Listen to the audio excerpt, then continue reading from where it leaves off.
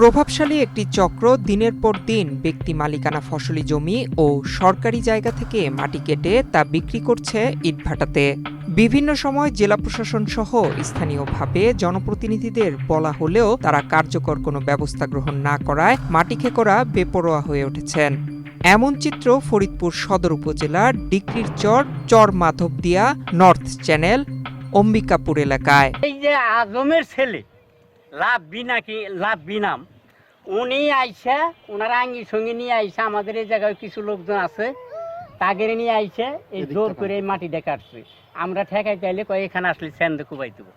আমরা বইতে আসিনি, আমরা সাধারণ গরিব মানুষের বাড়ি কাজ কাম করে খাই, আমরা বইতে ঠেকাই দিই। আমরা আসিনি জমিটা, ওই বইতেই আসিনি।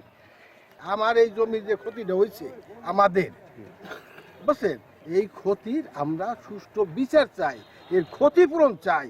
আমরা আরেকটা জিনিস, আমরা নিরাপত্তা চাই।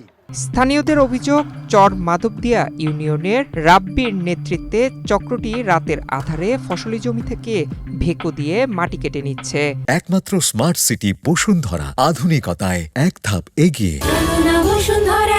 স্থানীয়রা জানান, ব্যক্তিগত জমি থেকে জোরপূর্বক মাটি কেটে নেওয়া হলেও তারা ভয়ে কিছুই বলতে পারছেন না। কিছু বলতে গেলেই প্রাণনাশের হুমকি দেওয়া হয়। তারা জানান, জমি থেকে মাটি কেটে নেবার পাশাপাশি ফসলের ব্যাপক ক্ষতি করা হচ্ছে।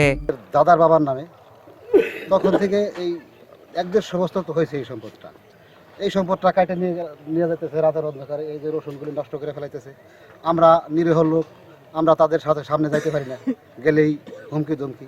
এটা আমরা ফরিদপুর জেলা প্রশাসক এবং আর্মিদের কাছে আমরা বিচার দাবি করে এলাকার পক্ষে থেকে, যাতে মানুষ সুস্থ হলে গরিব মানুষ কয়েকটা ভাত খাইতে পারে। এই জমি যদি কাইটে নিয়ে যায় তাহলে গরিব মানুষ আসলে বাঁচবে না। অনেক ফসল ক্ষতি করছে, 30-40 বিঘা জমি হবে ক্ষতি করছে। এটা বিভিন্নভাবে আমরা চরেরও শুনছি যে বিভিন্ন জায়গায় এরা ক্ষতি করছে, এরা চক্রই আছে। অভিযুক্ত রাব্বির সাথে যোগাযোগের চেষ্টা করা হলেও তার ফোন বন্ধ পাওয়া যায়।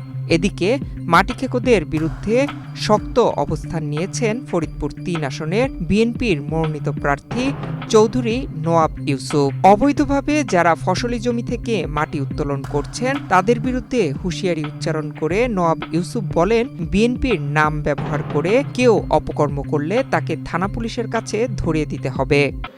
6-7 দিন আগে আমি বললাম, জায়গার নাম বলে দিলাম, আমার কাছে খবর আসলো, ওই এলাকার লোকজন আমাকে জানালো যে আপা এখানে মাটি কাটা হচ্ছে। আমি প্রশাসনকে পাঠালাম, কিন্তু প্রশাসন কি কারণে যে তারা চলে আসে আবার, সেটাই আমি বুঝলাম না। এখন আমার তো কাজ না যে ওখানে মাটি কাটাটা, আমার পক্ষে তো সম্ভব না প্রশাসনের কাজটা করা। প্রশাসনের কাজ প্রশাসন করবে, আমি তাদেরকে খবর পর্যন্ত দিয়েছি। কিন্তু এই এক দল আমার ভোট নষ্ট করার জন্য তারা আমার এগেনস্টে একটা প্রপাগ্যান্ডা ছড়াচ্ছে।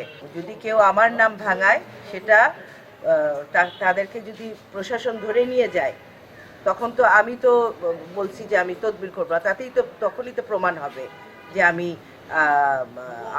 মানে তারা আমার নামটা ইউজ করছে। মাটিখেকোদের হাত থেকে ফসলি জমি রক্ষার্থে স্থানীয় প্রশাসনের জরুরি হস্তক্ষেপ কামনা করছেন ভুক্তভোগীরা। নয়ন বিশ্বাস, বাংলাদেশ প্রতিদিন।